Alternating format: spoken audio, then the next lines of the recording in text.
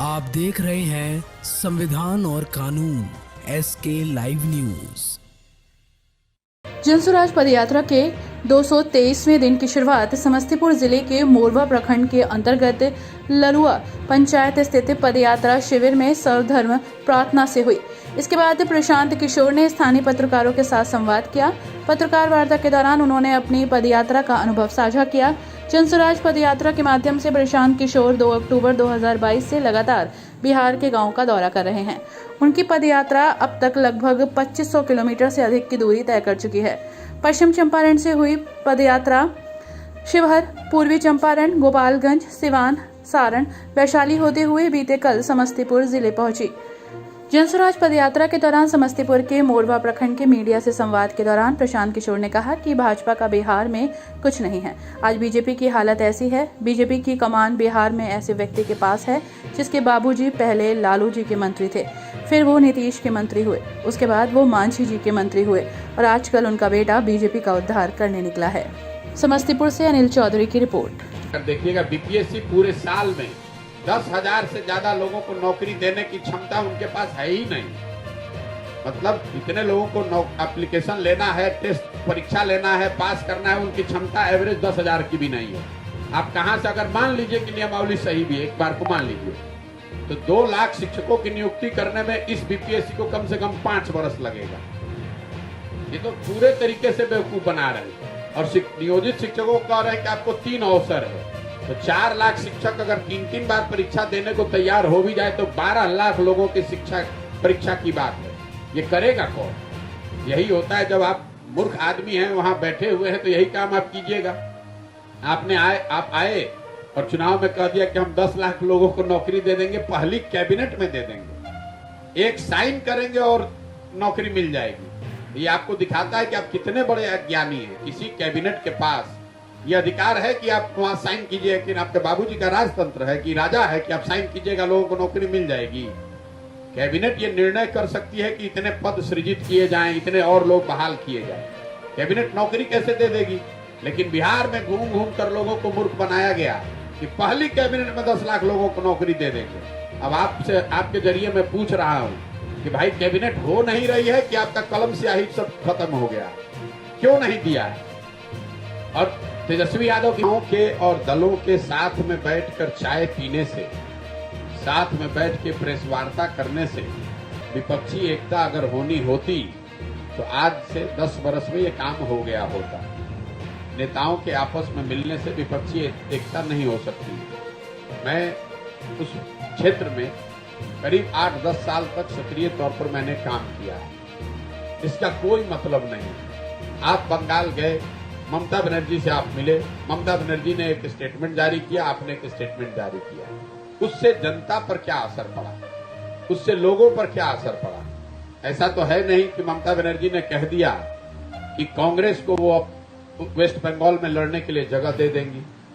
कांग्रेस ने ये कहा नहीं कि भाई हम वेस्ट बंगाल छोड़ देंगे ममता बनर्जी के भरोसे। तो नीतीश कुमार जो विपक्षी एकता की बात कर रहे हैं, तो कम से कम बिहार का ही फॉर्मूला जारी कर दे कि बिहार में जदयू कितना सीट लड़ेगा, कांग्रेस कितनी सीट लड़ेगी, और आरजेडी और उनके अन्य जो 4 सहयोगी दल हैं जो अभी सरकार में हैं, मांझी जी कितना सीट लड़ेंगे, और सीपीआई, सीपीआईएम और सीपीआईएमएल कितने सीट लड़ेंगे। बिहार का ये फॉर्मूला अगर आप जारी कर दीजिए, उसके बाद दूसरे राज्य में जाइएगा तो कोई आपको गंभीरता से लेगा। देखिए, विपक्षी एकता में होता ये है कि हर आदमी ये कहता है कि मैं अपनी ताकत पे लड़ूंगा, दूसरे को कहता है कि आप आपस में मिल जाइए।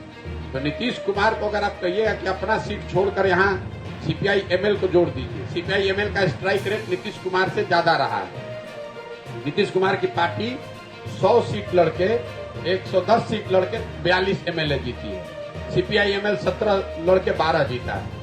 उस हिसाब से सीपीआईएमएल को ज्यादा एमपी में सीट मिलना चाहिए, तो नीतीश कुमार अपना सीट छोड़ देंगे। विपक्षी एकता के लिए जाकर बात तब बनेगी ना जब आप में खुद सेक्रीफाइस करने की क्षमता हो। तो यहाँ पर तेजस्वी यादव क्या कह रहे हैं कि ये हम लोगों के लिए छोड़ दीजिए।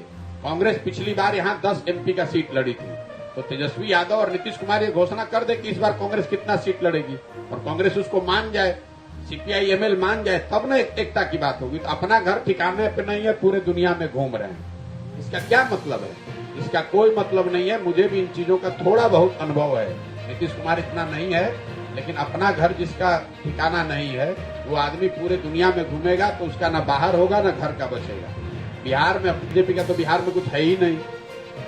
बीजेपी की तो हालत ये है कि बीजेपी की कमान बिहार में ऐसे व्यक्ति के पास है जिनके बाबूजी पहले लालू जी के मंत्री थे, फिर वो नीतीश जी के मंत्री हुए, फिर वो मांझी जी में मंत्री हुए, अब आजकल उनके बेटा बीजेपी का उद्धार करने निकले हैं। जरा देखिए, यही तो हालात है। मैं रोज बता रहा हूं, पिछले 30 बरस में बिहार में जितने लोग मुख्यमंत्री, जितने लोग एमएलए और एमपी बने हैं, चाहे जिस दल से बने हो, वो कुल 1250 से 1500 परिवार के लोग ही यहाँ एमएलए एमपी बना है। जिस दल का, जिस नेता का हवा हुआ, सब उसी में आ जाता है। बीजेपी जैसे दल में भी उनको भी कोई नया आदमी नहीं मिला, उनको भी वही मिला है जिनके बाप दादा पहले से यहाँ राज करते रहे। तो उनके बाबूजी के पास कौन सा ऐसा ज्ञान था जो 15 साल में उन्होंने नहीं किया, जब उनके बेटे अब आकर कर देंगे। तो बीजेपी का क्या है, अभी तो वो खोज ही रहे हैं। जैसे आप तालाब में मछली पकड़ते हैं तो वैसे बीजेपी वाले मछली की तरह खोज रहे हैं कि कोई मिल जाए जिसके चेहरे पर हम यहाँ खड़ा हो जाए। नरेंद्र मोदी प्रधानमंत्री के चेहरे पर जो वोट है वो वोट है। बिहार के किस बीजेपी नेता के नाम पर 5 गो वोट है, आप बताइए ना। अभी जो इनसे पहले अध्यक्ष थे बीजेपी के, वो जब लड़े दूसरे दल से तो उनको 6000 वोट आया था विधायकी में। अभी एमएलसी का चुनाव हुआ है, 5 वहां बीजेपी के एमपी हैं और 5 एमपी की ताकत मिलाकर भाजपा को 495 वोट मिला है। ये तो मोदी जी के चेहरा पर, हिंदुत्व के नाम पर, राम मंदिर के नाम पर हिंदू मुसलमान करके जो वोट लेते, देखिए बिहार। खबरों के लेटेस्ट अपडेट के लिए इसी तरह हमारे साथ जुड़े रहें और इस वीडियो को ज्यादा से ज्यादा शेयर करें।